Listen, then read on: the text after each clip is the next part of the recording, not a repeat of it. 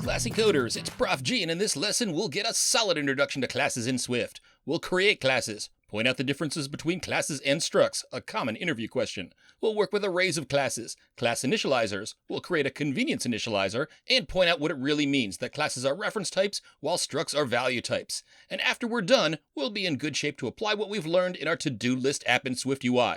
To quote Ron Burgundy, stay classy, Swifters, and let's learn big! So I'm working off a playground we created in the prior lesson on structs in Swift. If you haven't done that lesson, feel free to give that a try first, or if you feel like you already know structs, you can simply enter whatever you see typed here.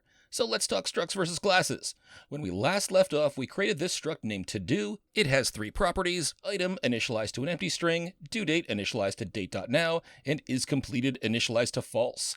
And since we'd previously worked with a struct with a method for printing, let's add this quickly inside the struct's curlies. Func print toDo, empty parens, add the curlies, between the curlies, print item string interp, comma, date string interp, comma, completed string interp, and we'll enter into the string interps is completed, due date, and item back to front. So here's our struct, and code creating a new toDo value named toDo and a print statement.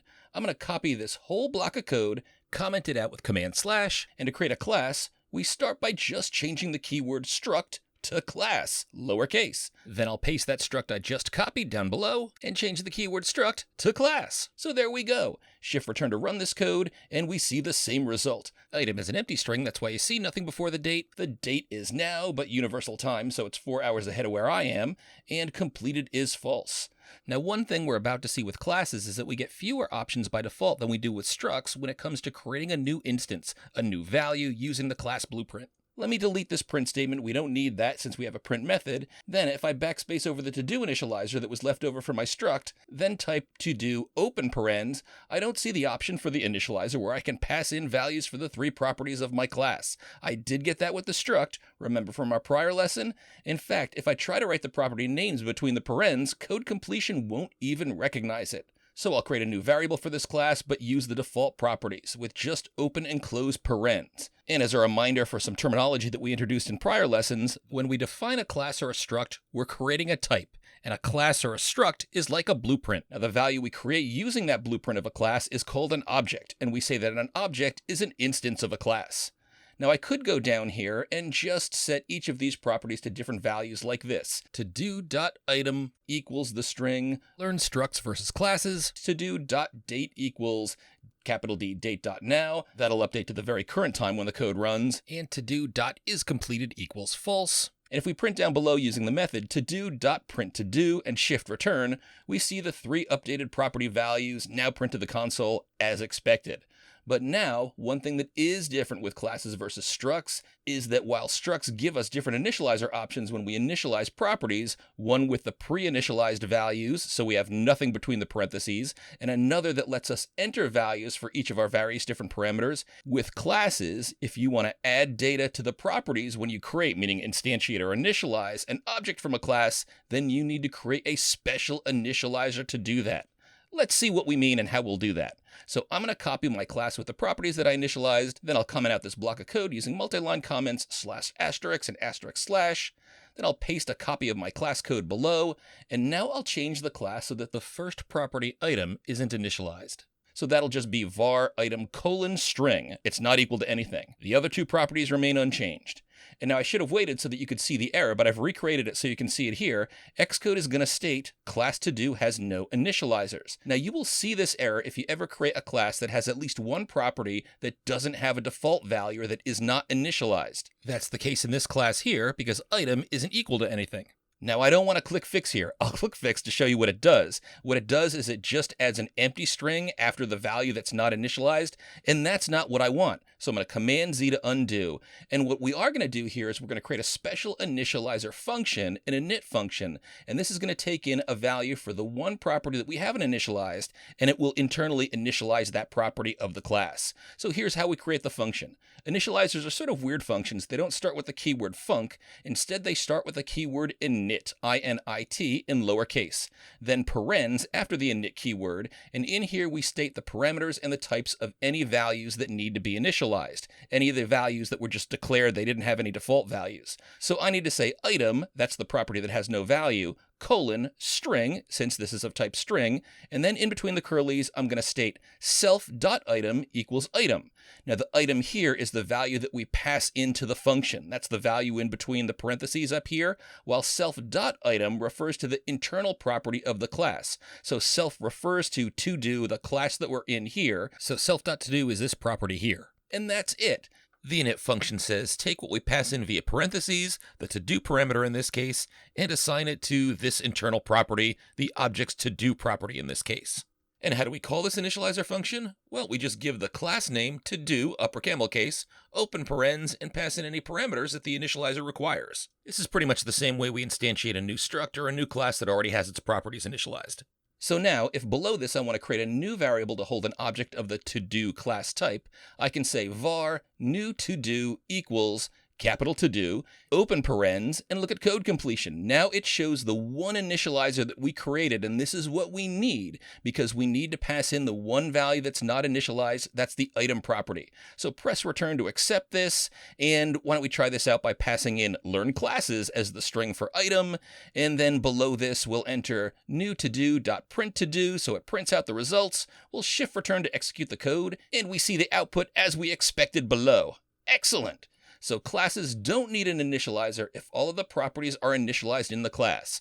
But if any of the properties are not initialized, then we need to create an init function, an initializer that will set any of the uninitialized properties. Forget to do this, and you'll get an error that says the class has no initializers. Well, we just created an initializer with one parameter. What if we had all three properties declared but not initialized? Well, it's pretty much what you'd expect. Let's first highlight the class that we wrote, copy it with a Command C, then comment it all out with a Command slash, then I'll paste it down below, and above this code I'm going to comment classes with uninitialized properties need an initializer. Then I'm going to change due date and is completed so that they're declared with a colon and their type, but no longer initialized or set to equal a value. And then I need to update my initializer so that I initialize these other two class properties. So in the init definition, I'll add after item colon string, comma, due date colon capital D date, and comma is completed colon bool. Then inside the curlies, I need to update those properties. So I'm going to add self.dueDate equals due date and self.isCompleted equals is completed.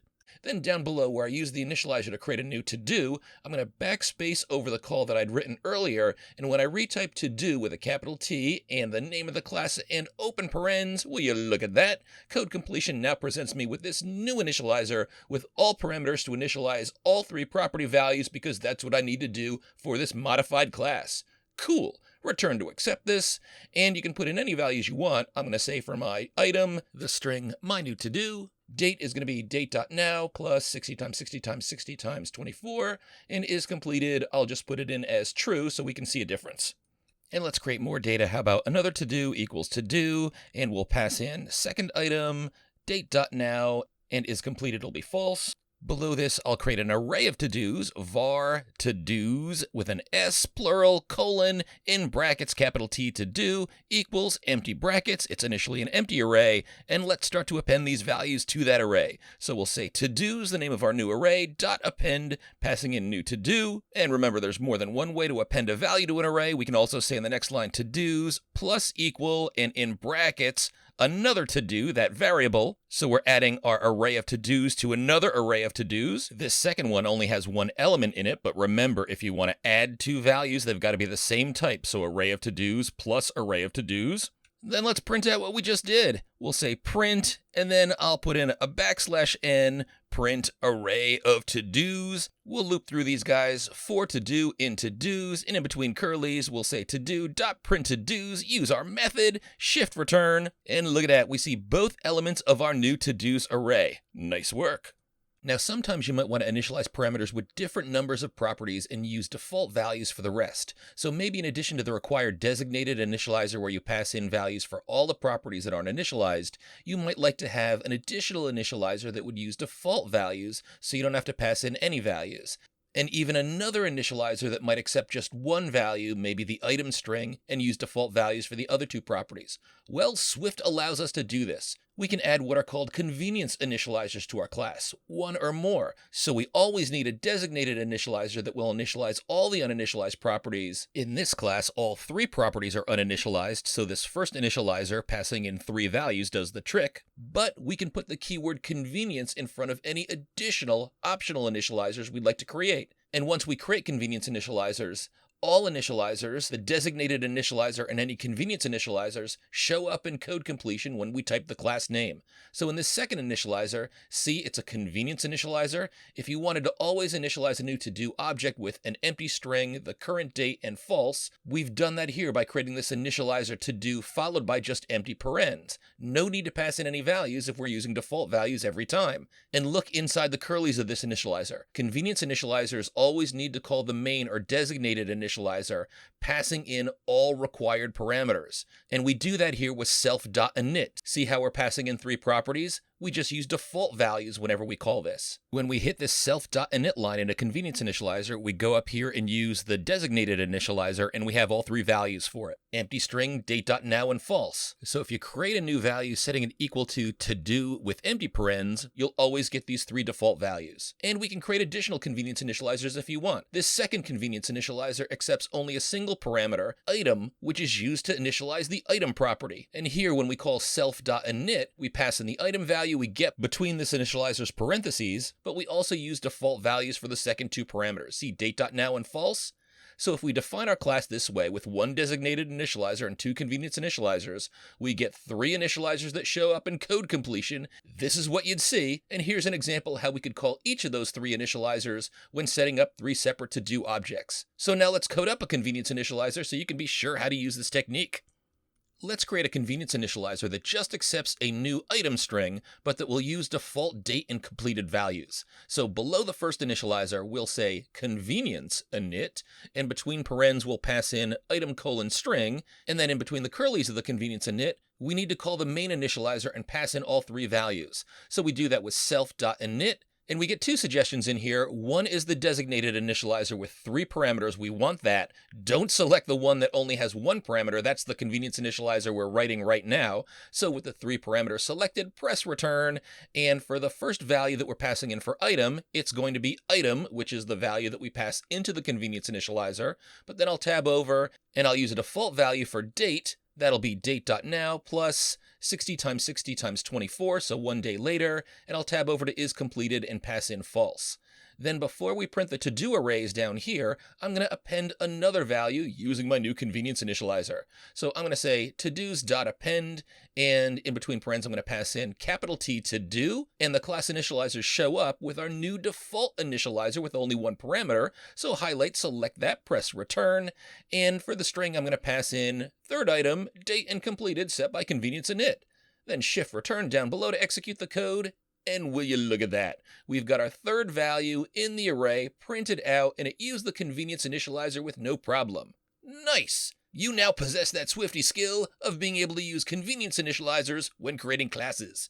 Now more concepts. First, let's comment out the code that we've written with block comments, */ and up top /*. And now we're going to demonstrate a very important issue related to structs versus classes, the fact that structs are value types, but classes are reference types. In short, that means that variables created from structs, the value type, will hold copies of data inside them. Create a new struct by setting it equal to the old struct, and those structs may have the same data initially, but they are 2 separate data values, so if you change one, you won't change the other.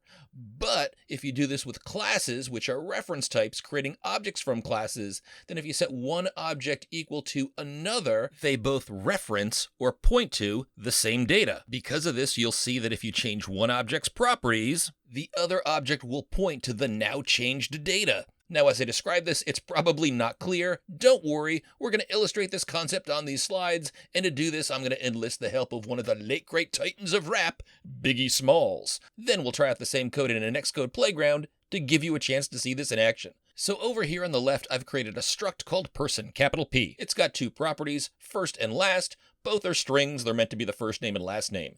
Now if I create a variable, person1, and initialize this using the designated initializer, passing in biggie for the first name, smalls for the second name, then create another variable named person2, set this equal to person1, now I've got two separate value stores. Person1 contains biggie smalls, and person2, which is a separate value store, consider it like a separate box that stores data inside it, that also contains a separate set of data, even though it's also biggie smalls. So again, these values are both the same, but they are two separate copies stored in each of these two variables. So now if I update the properties of person1, setting first to Chris and last to Wallace, that was Biggie's real name, and then print out person1 and person2, I see person1 is Chris Wallace, while person2 is Biggie Smalls. And you probably expected this. But here come classes, reference types, which are different. And notice when creating this class, we needed to create a default initializer since this class uses uninitialized properties, and while structs give us the initializers for free, if your class has any uninitialized properties, you've got to create an initializer.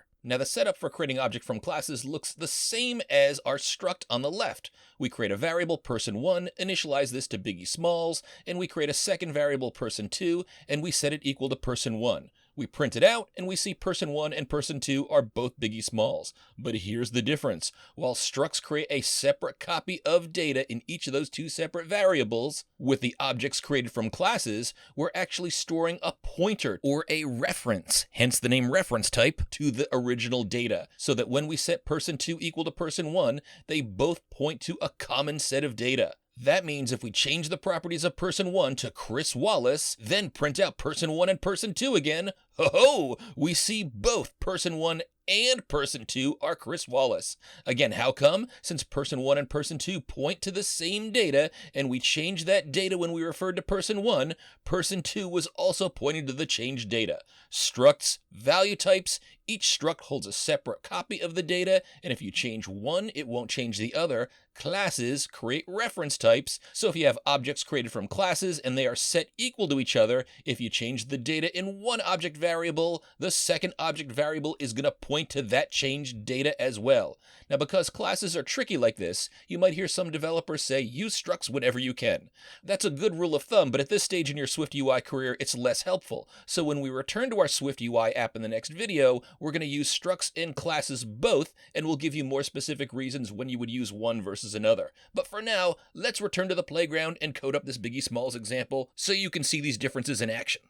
So structs are value types. Let's code up a struct first. Struct person, capital P, open and close curlies, var first colon string, var last colon string, then create a variable, var person1 equals, calling capital P person, and in between parens we'll pass in biggie and smalls, then we'll create variable person2, var person2 equals person1, then let's print out these values. So we'll say print person1 colon string interp, passing in person1.first in the first string interp, person1.last in the second string interp.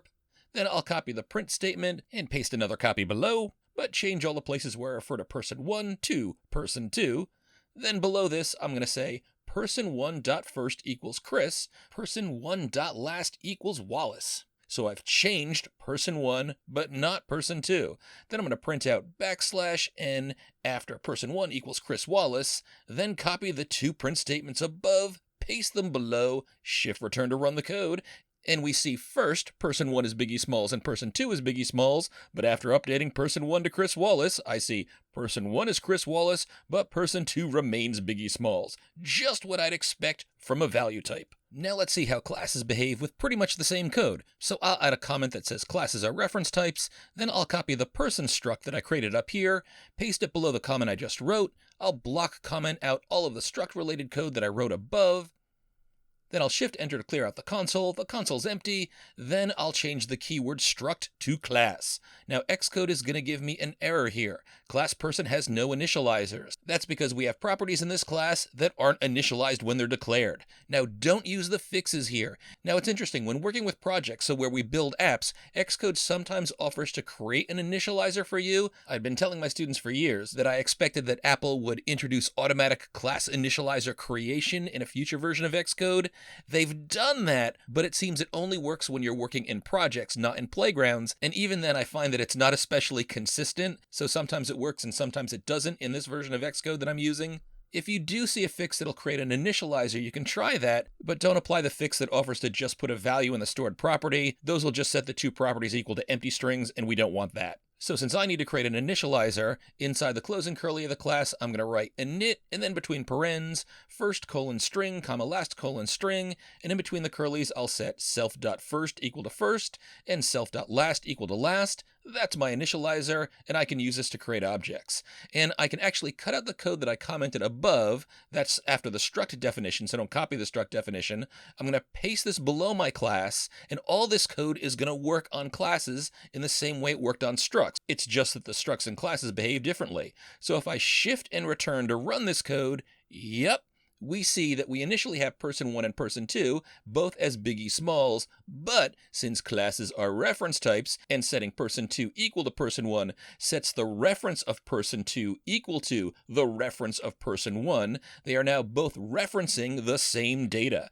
Then if I change the properties in person1 to Chris Wallace and print out person1 and person2, I see that since both person1 and person2 hold references to the same data, that actually means that they're pointing to the same data storage and computer memory, then they both print out as Chris Wallace. So there's your real-time example of structs as value types. That means that they'll hold separate stores of values, while classes are reference types, and that means that they hold a reference or a pointer to data, and if they're set to the same thing, then they're both going to set to the same data, and if you change one object, any other objects that point to that same data are also going to refer to that changed data.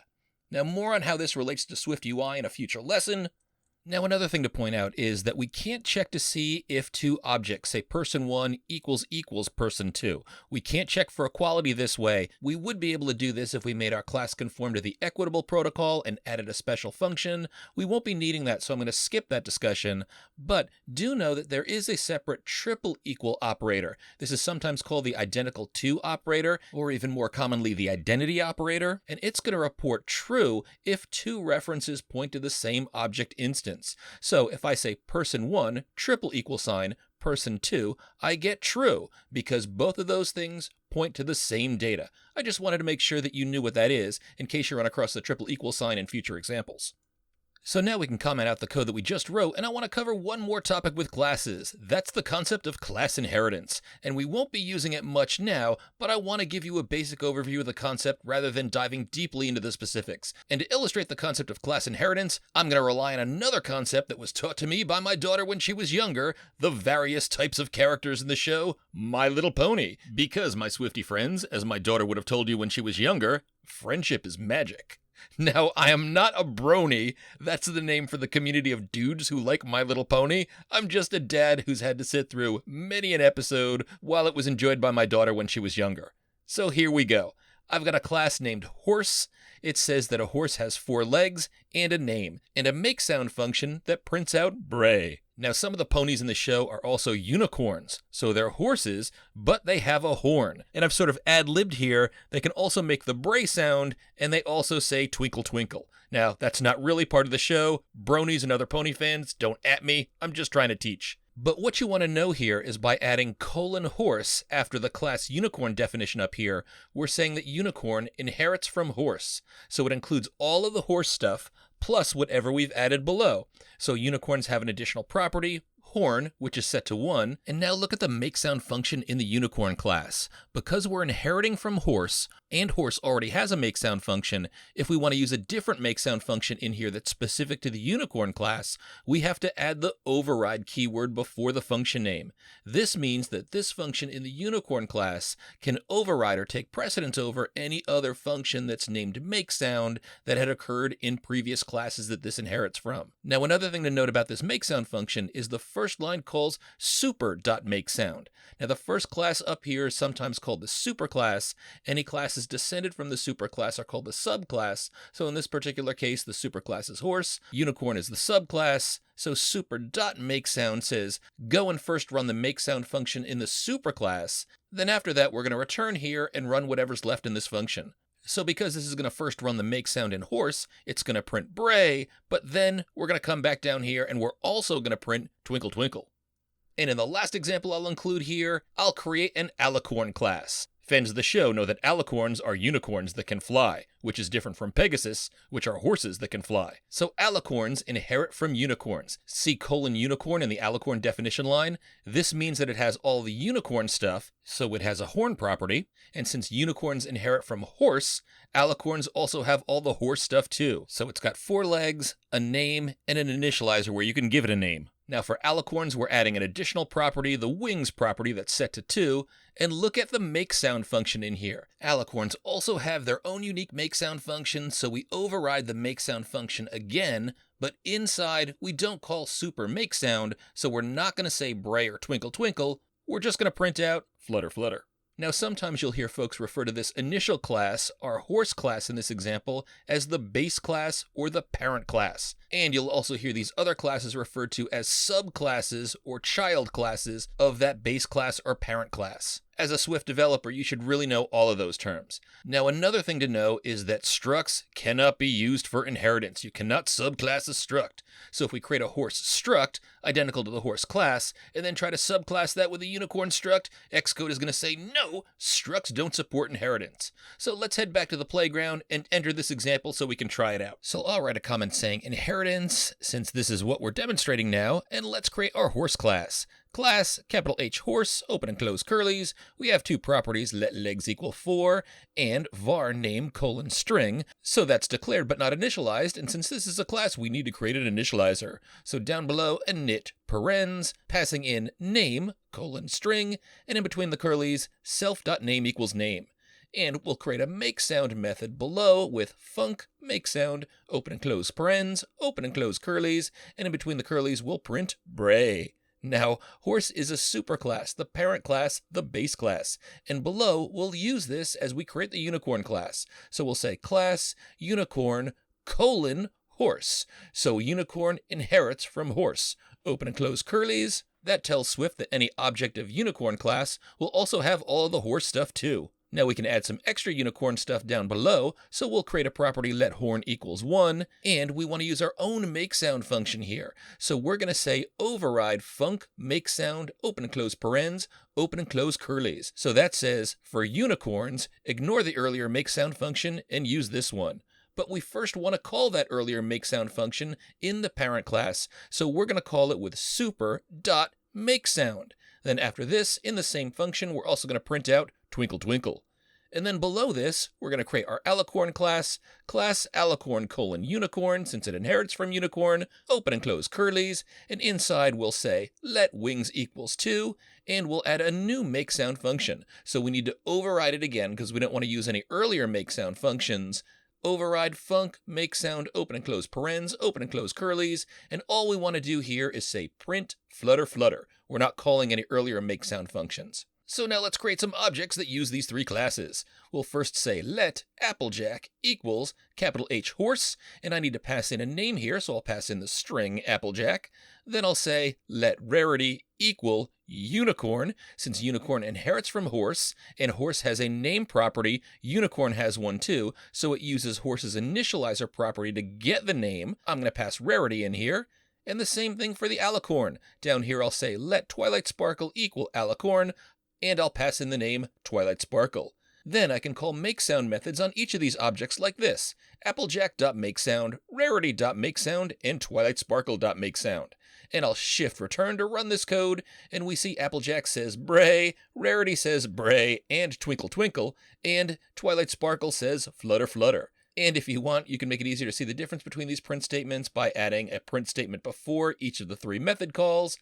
But Swifter, you now know about classes. Now, one thing you might want to be aware of is it's a very popular interview question to ask candidates what the difference is between structs and classes in Swift. So a solid answer might be structs are value types, you get initializers for free with structs, and structs don't support inheritance, while classes are reference types. You need to create an initializer for a class if it has any properties that are declared but not initialized, and you can subclass classes. They support inheritance. So feel good about those skills, Swifter. In our next lesson, we're going to begin to talk about Swift UI architecture and begin to show examples of where it makes sense to use a struct or a class or both in your project. Stay classy, coder.